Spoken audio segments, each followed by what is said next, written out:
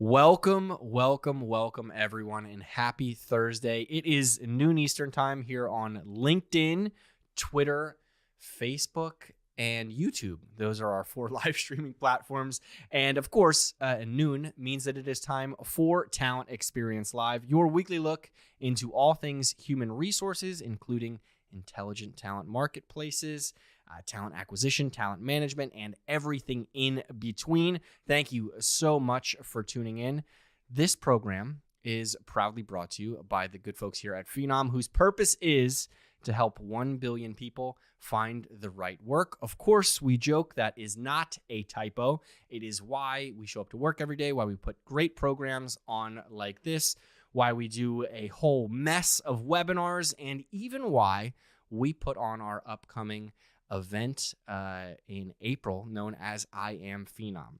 We do all of those great things, but really the crux of what we do here at Phenom is our intelligent talent experience platform, which helps candidates find the right fit faster, employees evolve in their current roles and beyond, recruiters see next level automation and really efficiency through some of the AI technology, and managers get better data and insight through fantastic analytics as well as dashboards. So if any of that interests you at all, which I hope some of it does, head on over to phenom.com where you can learn more about I Am Phenom and how our intelligent talent experience platform is powered by super slick artificial intelligence and machine learning.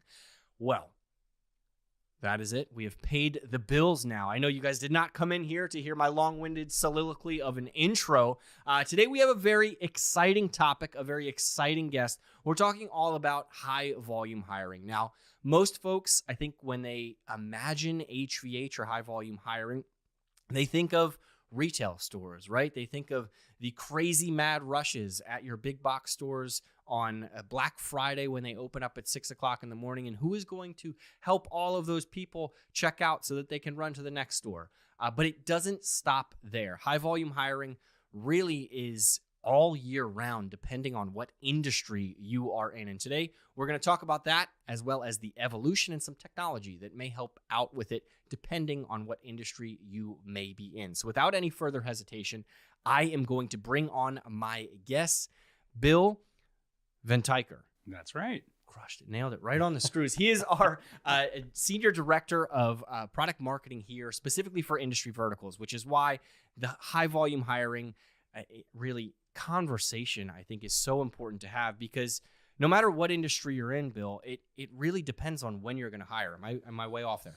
No, and I think that we're seeing that the seasonality of hiring and the availability of the talent that companies are looking for varies from one industry to the next. So that unique challenge for a hotel chain versus a retail store versus a services organization, there are a lot of challenges that they're facing that are unique just to them. So the industry focus on the way that we develop our products to help solve those problems is really, really important. Yeah, I think it's super interesting based on industry. And even, I know this isn't necessarily, something that we talk about often, but region, right? Like, I live in Philadelphia. The busy season is wintertime, right? Because that's when the Eagles are playing. That's when the Sixers are playing. That's when the Flyers are playing.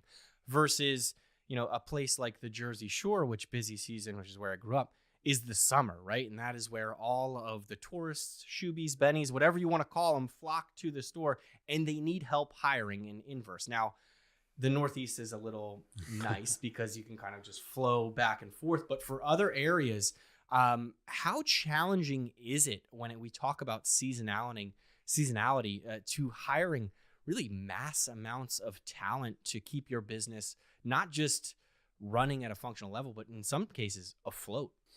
Well, I think that you're absolutely right. Like, when we're transitioning now from the winter gift giving season into the spring, there is a shift on which industries are really starting to double down on, this is our time to find the people that we need. And we need to look at who worked for us last year and how do we retain the people that we have to keep them from being pulled away by our competitor that's down the street. And, spring break is coming up. So those tourist areas of the country are now being faced with this huge challenge of, we're going to have kids coming in, we're going to have families coming in, our stores are going to be full, our restaurants are going to be packed. We need the people to deliver the experience to our customers that we want.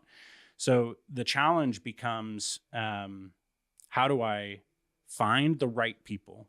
How do I do it quickly and eliminate the frustrating parts of the hiring process that are slowing me down? And then how do I attract people that maybe I've been having trouble reaching, right? Mm-hmm. It's interesting in this whole backdrop of seasonality and the specific challenges that industries are facing, you're seeing different things coming up from Washington Post. I saw an article just today that said that lots of business owners and business leaders are following this buzz about people don't want to work anymore, right?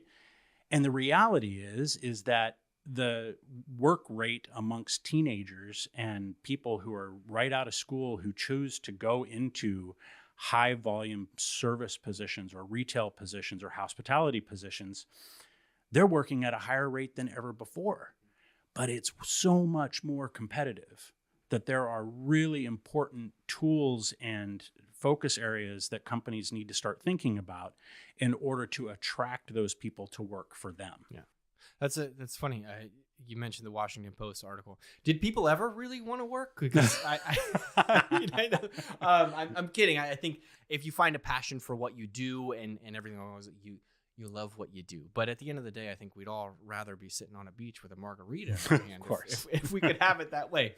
But it makes sense that you bring up there the seasonality of things. And I always think back to my experience working as a seasonal employee in restaurants over the summer. Traditionally, my employer would reach out to the group of individuals that worked there last year, right? You mentioned it's getting more and more competitive, and it's not as easy as it once was.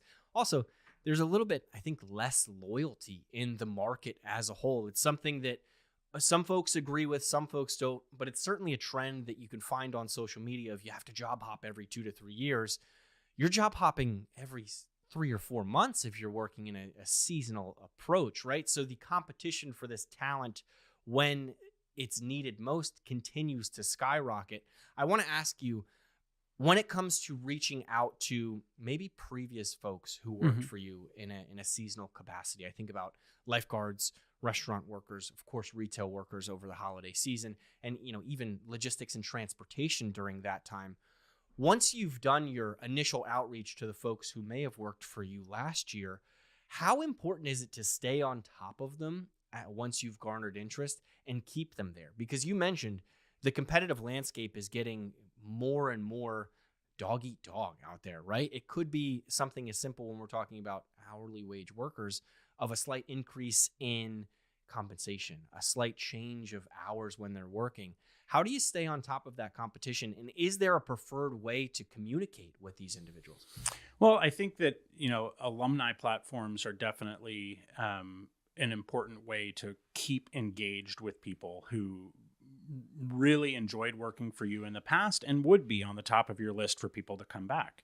I think that when you have a tool that it takes that historical data, and when you open a rec and you start to hire when it's time to get back up to the same levels that you had the previous season or the previous quarter, if you have a tool that tracks that alumni network and the people that are in there or the people that applied and you close down the recs because you found all of the people that you needed at that time, that's where you start to focus on not starting from zero, right?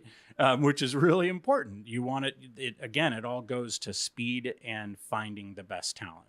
So I think that's one place to start for sure. The other thing is you want to make sure that you're attracting them for the new folks to come in to your company. And an effective way of doing that is making sure that you're positioning yourself just like you're positioning your brand.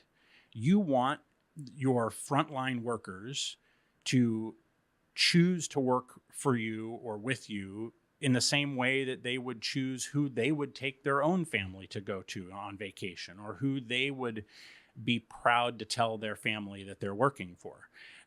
So that employer branding and that reputational investment in what it's like to work for your company is super, super important too. And there's a couple of specific things that we can go over that I think that organizations that are facing this high volume hiring challenge right now can focus on. But those are some of the ways that I think you really start to drive on bringing people back from the previous year. No, that makes complete sense. And I think what adds to this is I mentioned competitors there, but when we talk about this talent pool, oftentimes you're not just competing for talent in your direct industry. I know last year at I Am Phenom, shameless plug, we had a representative from True Green talk about how she's not just competing for individuals who work in the lawn care industry. She's competing with the big box stores. She's competing with the delivery services that we all know and well, right? It shortens or makes the pool more and more less shallow when you're going out there. And for you to share some of that expertise on experiences, these consumers are oftentimes your talent, right? When we're talking about high volume hiring, they're people that frequent your business. They're people that purchase from you. So they expect that level of really smoothness, I think, and synergy between the two businesses, which brings me to kind of my next point. What are, you think, expectations now? What are must-have expectations when it comes to a high-volume hiring approach? Well, I'd say there's two expectations. You have the candidate expectation and what they're hoping for when they're applying for a job. Mm-hmm. But then you also have the recruiter and the employer and manager expectation too. If you put yourself in the shoes of a candidate that's looking for a job, they want as easy of an application experience as possible. They want to understand the hours that they would work. They want to understand clearly what the compensation is going to look like. And they want to know a little bit about what a day in the life would be like working for your company. So I think that clarity and really focusing on exactly what the roles and responsibilities are in your job postings and telling that story is where you start to attract people, because they get all their questions answered right away. The other thing is I think that candidates are expecting a really smooth application process. So if, as an HR team, if you can invest in tools that allow these types of candidates that are the frontline workers that are applying in volume to apply from any device, from their mobile phone, from a tablet, from the family computer, making that process as smooth as possible is going to allow you to attract the people from the company down the street that's looking for that same person, but it's really difficult to apply to hear back from them when you apply, that kind of stuff. Makes sense. From a manager perspective, it's all about speed and accuracy. I touched on a little bit before. They want to make sure that they're hiring the right person. They want to make sure that and the HR team is looking at this too, that they're getting so many applications that they don't have time to review all of those applications and screen them appropriately. Maybe they're not getting enough applications, right? But in most cases, it's too many. Mm-hmm. And so I think the expectation is that you're going to be able to screen them quickly. You're going to be able to get some level of assessment in place to understand if they have the skills, the basic skills necessary to meet the job that you've posted before you spend the time to go and have them come in for an interview or schedule them for a virtual interview or something like that. I think of, because I work at social media, giveaways, right? And I think of, hey, retweet this for a chance to win $100,000 versus fill out this form for a chance to win $100,000, right? One of them is going to get a significant more influx of things. And I apply that to the application process. If you have somebody jump through hoops, you think of, oftentimes folks in the hourly, position, the high volume roles, they're not necessarily going to have a resume on their mobile device, right? So how simple can you make that process to put in work history, right? Or is that even something that you need for this particular position? Asking those sorts of things. The other thing that you mentioned there was making it as clear and concise as possible to answer candidates' question, which I think within the job description itself, within the job posting, is something that we've talked about for years, right? Put the compensation out front, unless, of course, your organization has a policy in place that doesn't allow for that. Set those hours, unless, of course, there's multiple hours. But what about the one-off questions, right? Where, we're dealing with an influx of talent coming to your, site. They want answers now. And if they don't get them from your site, they're going to find them elsewhere. How do you think, AI plays a role into this, potentially with conversations to save some of those managers' times that you talked about? Yeah, I mean, it's a great point. And I think that we're hearing from our clients that some industries are all about jumping in and leveraging generative AI and the tools, and some are a little hesitant. But I have to say that what you're talking about is exactly one of the areas in high volume hiring where you can eliminate barriers to getting the right people in your doors. That integration with a chatbot that knows the details of the roles, knows the available shifts, can clarify questions about maybe they're applying for a job to be an employee at your retail location, but they didn't realize that there was a location that was 15 minutes closer to them. Now, with that information that can be provided to them in a conversational way as they're going through providing their information, responding to the chatbot, now you've raised the possibility that person is going to come work for you, because it's going to shorten their burden of getting to and from work every single day. There are those clarifying points where if they're not the right person and they don't have the skills necessary or the experience necessary, you can build those into a chatbot and you can have that as part of the screening process. And that saves your manager time. That saves the person that's trying to bring people into their organization enough time that they can return back to focusing on what's really important in a lot of cases at this level, which is focusing on their customers, focusing on running the business, and focusing on responding to the day-to-day challenges that they're facing in retail or hospitality or whatever it is. Yeah, that makes sense. And I think the important aspect there is that they're getting their answers ASAP, right? Mm-hmm. Because when we think of some of these, positions, they're not traditional 9-to-5s, right? Probably the toughest roles to fill for a lot of organizations are the night shift, the third shift, right? The graveyard shift, as it's known. Yeah. And if you have someone who's applying for that position, they're probably not going to apply during regular business hours, right? It doesn't mean they want their answers in the morning. I can tell you how many times I've looked things up right before I'm about to go to bed, put it in my cart to purchase, and then never return to that site. That's what happens because I was looking for a discount code or whatever it may be, or I could have just been tired. But the point that I'm getting is they're able to get those answers at that time and place and help them move through the process. And I think I want to ask you a question about future state, but I can almost imagine a world where for some of these, let's do a scenario real quick, an overnight shift during the holiday season, someone is filling out an application at 8 or 9 o'clock at night. As they're filling out that application, the chatbot pops up and says, hey, for $2-3 more, we have this shift available. Is this something that you're interested in as well? Which, if somebody clicks yes on that, hiring manager, that's the first thing that I'm going to check in my Isn't that CRM, amazing? Right? Like that person may have never searched for that role. Exactly. Because they didn't realize that it was even available, or they didn't realize that it paid more. And they realized, maybe I can actually make that work and work this job during this shift, come home, take care of the kids, and then trade off and be able to go and make some more money, at this other position during this time.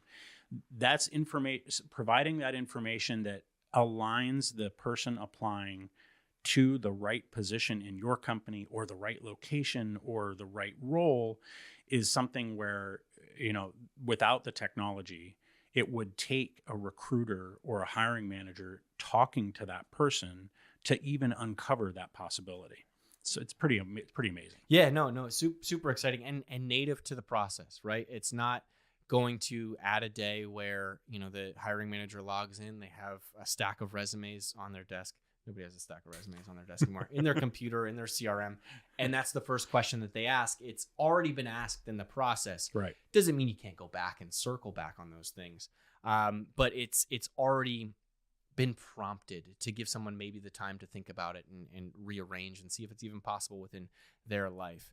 But we talk about generative AI and the chatbot there. Is there any other technology that you foresee, maybe not today, but in the future, organizations will be must-haves in order to keep up with the Joneses, because their competitors, as I mentioned, may not be industry specific, but they might implement some new technology? Well, I mean, I think that some of the technology that the product teams here at Phenom are developing today is already providing the future to a lot of organizations. I mean, the systems of the past that have been the tried and true legacy systems just aren't meeting the challenges anymore.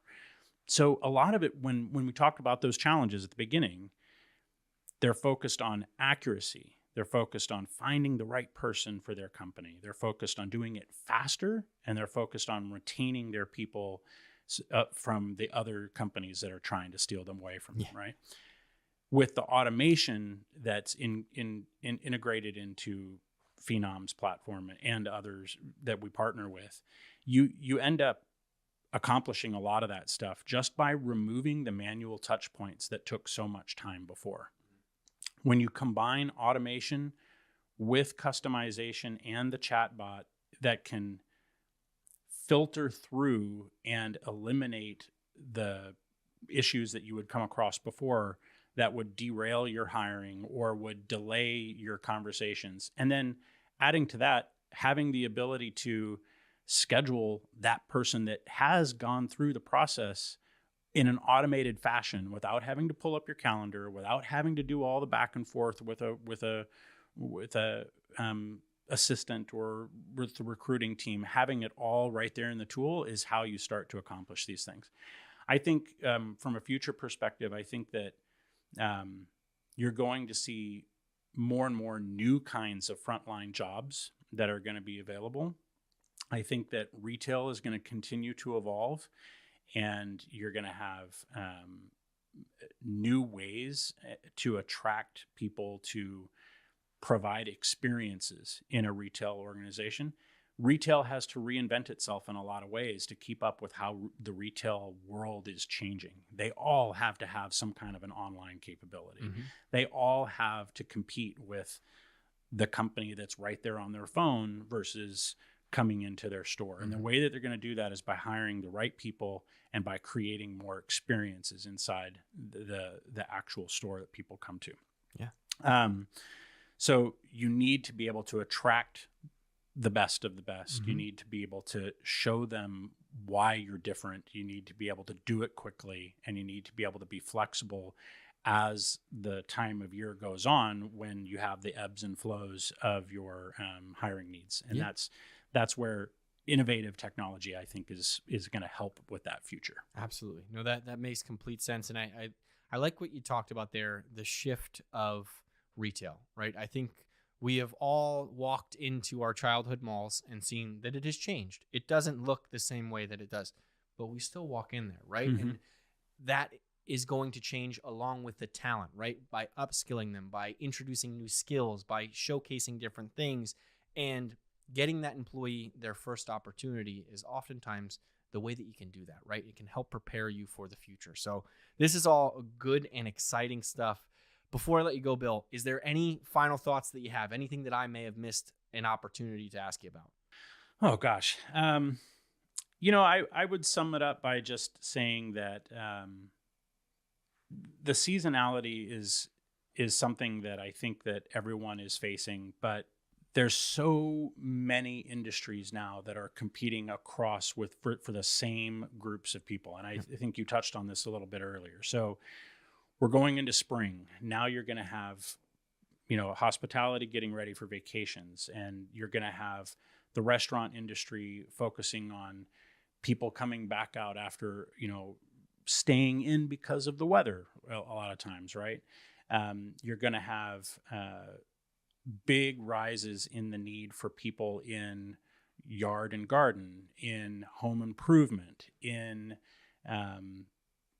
childcare and things like that. And so you have to think about all the different places that your candidates are working and where you're trying to attract them, and be really clear in advance of when you're going to need them. And planning and working with tools that can automate that process and give you those indicators of when you should be hiring and what types of roles you should be looking for is kind of the additional piece that I don't think we really touched on yet. And I think that's really important. Yeah, no, it certainly is. And the seasons are changing faster and faster, it seems.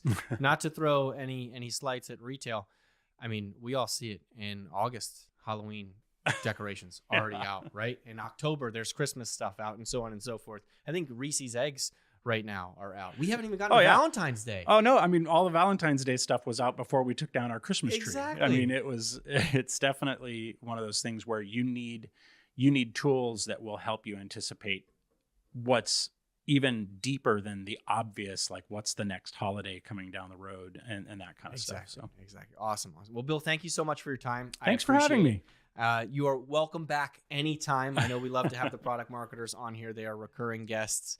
So we'll have you back on soon. But in the meantime, I hope everyone has a fun, fantastic weekend. I know we have a great episode lined up for you next Thursday. But if you're so obsessed with Phenom and you cannot wait to hear from us again, feel free to go register for I Am Phenom. It is April 23rd through the 25th. I'll be there in person. Bill will be there. Justin behind the cameras will be there. You can say, wow, how do you put on that show every week? And I'll say, I don't know. But anyway, in the meantime, it's going to be great. Yes, it will. It will. We can't wait to see you there. Feel free to follow, and subscribe. You can always listen on Spotify or Apple Music. But in the meantime, have a great weekend. Thanks so much.